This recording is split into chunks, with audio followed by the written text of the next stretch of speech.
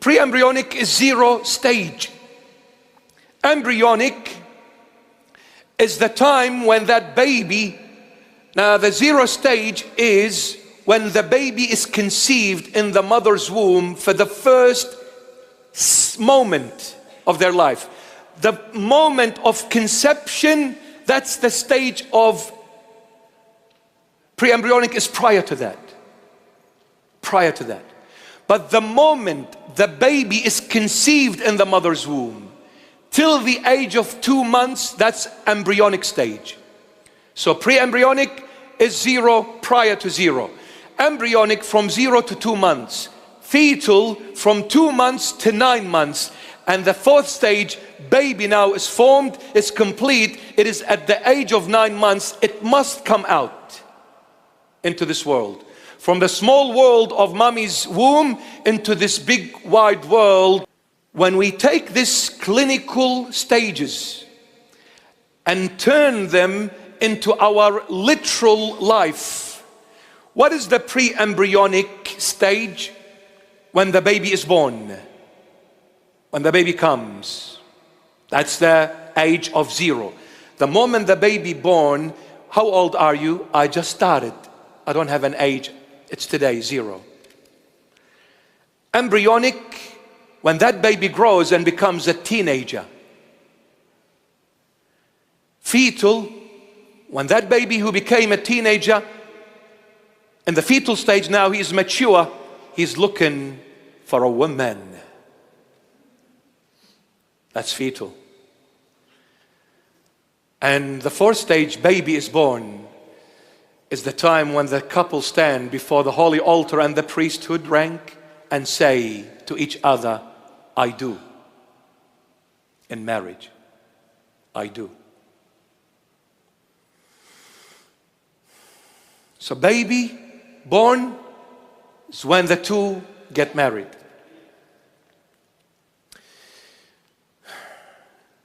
Please pay attention, especially if you are looking for a partner, if you are engaged, if you are married and you don't have kids as yet.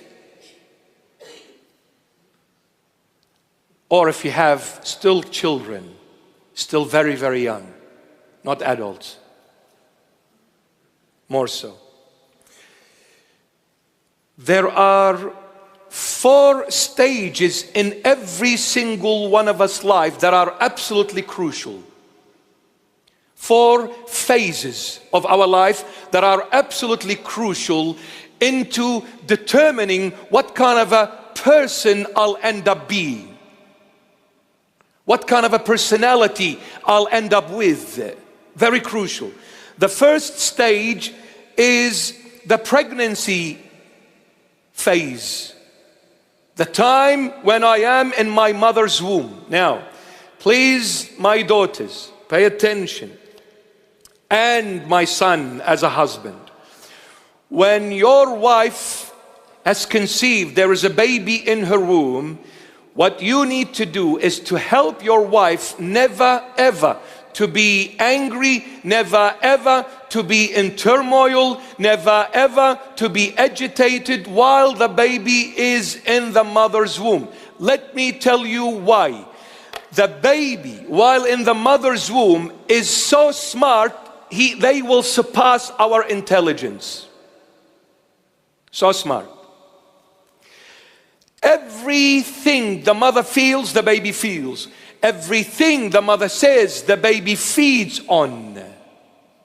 The baby feeds on. Example, if the mother is angry, the baby will be born with anger in them, whether it's a boy or a girl, and it will be seen once they are grown older. If the mother is broken, the baby will come out and you'll see them quiet. But if the mother is boiling up, if the mother is really upset, angry, the baby will come born, you'll see them never sleeping well, not eating well, crying a lot of times, and you'll say, I don't know what's wrong with my baby. You take them to the doctor most of the times, unless there is a medical issue, but most of the times they will say, there is nothing wrong with your baby, take him or her back home. Why then the baby is not eating, is angry, is upset? Because while the baby was in the mother's womb, the mother was upset, angry, disappointed, and you name it. The psychological effect on the child is the most crucial ever. Psychological effect can scar that baby in the mother's womb for the rest of their life. But we thank God for Jesus Christ of Nazareth. See? We thank God for Jesus Christ, His beloved Son. In pregnancy stage, one of the most crucial times, you want for your baby to be healthy. You want for your baby to be healthy in every aspect, mentally, emotionally, spiritually, physically. Be happy, mother. And my son, help your wife to be happy and to be comfortable. Because what goes around will come around. The baby is feeding on the mother, even her own emotions. Now, the second stage that affects us immensely is when the baby is born, from the time they are born till the age of 3. The first 3 years are foundational after birth. How you deal with the baby, how you treat the baby, this will be carried with them for the rest of their life. And let me tell you this, when someone, far from all of you, when someone loses their memory, whether they call it dementia, whatever it is, when they lose their memory, they are probably in their 80s, in their 90s. You ask them what you did 5 minutes ago, they will not know, but they will tell you in details what happened when they were a little child. Wow. Wow, because this is foundational. Foundational. They will remember every childhood event. But 5 minutes ago, I don't know what I ate. I don't know who I spoke to. I don't know who I am.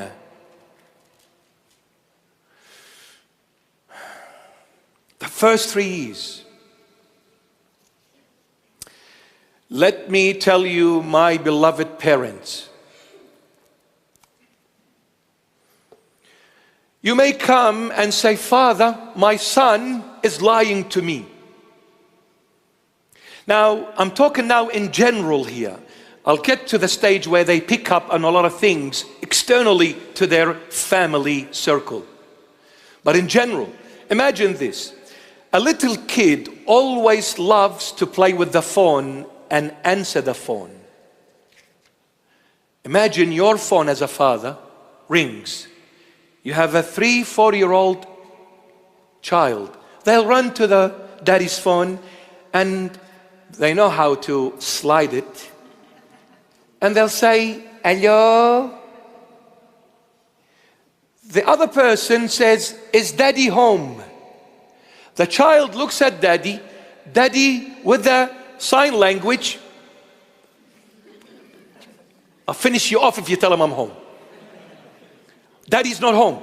Now this child brain is not fully mature to understand what a lie is all about. The child now is confused. He looks, daddy is home, but daddy is saying to me to tell the other person on the line, daddy is not home. I cannot comprehend what daddy is trying to teach me. I don't comprehend what daddy is trying to teach me. All I know, he's home, but he's saying, don't say I'm home. So with a confused answer, no home, bye. That kid grows older, becomes a teenager, and then he walks through the front door of your house and you ask your child, where did you come from? Were you at school? The child says, yes, dad, I was at school. Then a few days later you find out that he was lying all along. And when you confront your son or your daughter, why did you lie to daddy? They will say, you lied to me when I was a little kid. I learned it from you, dad. Thank you so much. I learned it from you. Another thing, parents don't ever do it. And I know we fail. Don't ever discipline your child with a smack. This is a baby. The baby is trying to understand. The baby is trying to prove a point. Now let me tell you one thing. Nothing in this life comes for free. When that baby is the reason for your laughter, he'll say it will cost you. I don't make your life for free, mom and dad. You will need to pay it back because nothing is for free anyway. If anybody says it's for free, they're lying. Nothing is for free. So when that baby was the reason, when you came home from work and you had a tough day, and then you come and the baby makes a gesture, and then and then daddy starts laughing and smiling, and the environment changes from a bad one into a good one. The child is saying, I was the reason for your happiness, Dad. Now you have to pay for it. How are you going to pay for it, Dad? Dad will say to that child, don't touch this place. The child says, no, you have to pay for it. I will touch it. Don't open this drawer. I'll open it. Don't pour the milk on the couch. I will. Because I don't make you happy for free. And secondly, just like you are part of the family member, I am also a family member. So you better respect my opinion, my thought, and my way. You do it your way, Dad. You better do it my way sometimes as well. So you tell me, don't do this, I'll do it. I'll do it. What do? Especially nowadays, nobody is patient. We blow up. I told you, that's a 3-4-year-old. I told you 3 times, don't do that. Smack.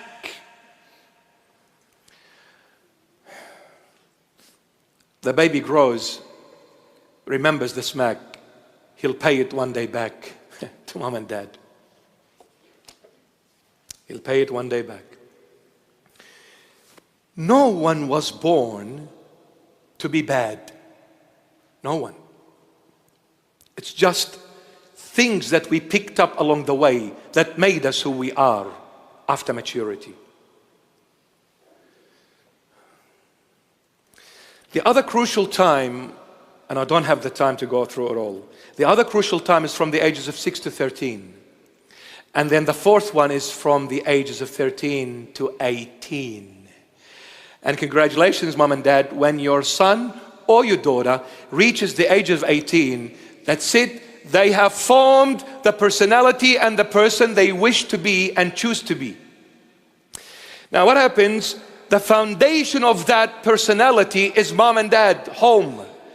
The other way is the most influential relationship after mom and dad is friends. The most influential relationship after mom and dad are the friends. And when we become 12, 13, 14, 15, 16, 17, 18, all the teen. We become, after the 18, Thomas the Tank. Choot, choot. What friends have you chosen for yourself? And what friends have you allowed them to be influential in your life? This will be the second most influential relationship after parents. Friends. In fact, friends can be more influential than your own mom and dad. Because what I cannot say to mom and dad, I say it to my friends. And what I cannot do in front of my mom and dad, I do it with my friends. Because my friends gave me the freedom to be who I wish to be. Parents never allow me to be what I want. They want me to be as they wish. The only ones who are true to me are my friends because they let me be who I am. Wow. So who do I listen to? friends. So along the way, from the mother's womb till the age of 18, the first 9 months, crucial. The first 3 years after birth, crucial. From 6 to 13, crucial. From 13 to 18, crucial. After 18, the tree is ripe. The trunk is fully mature. You cannot bend that trunk anymore. You want to straighten the tree while it's soft, straighten it, tie it to a stick, and make sure it grows straight. The moment it's ripe and mature, good luck going and straightening the trunk. You will break the tree. And this is what happens when parents try to discipline their children after maturity. They make them run away from home. The tree is broken. The tree is broken. When I reached the age of 18, what have I learned from mom and dad? What have I learned from school? What have I learned from the world? What have I learned from my friends? What have I learned from social media? What have I learned? What have I seen? What did I allow myself to be exposed to? This will shape me and mold me into the human being that I become after 18. So along the way I said, you know what? I like lying because I can get away with it.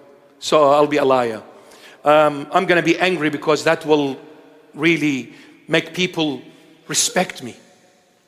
I put fear into them when I shout and break things. So I'll be an angry person. It is the emotional journey that affects us.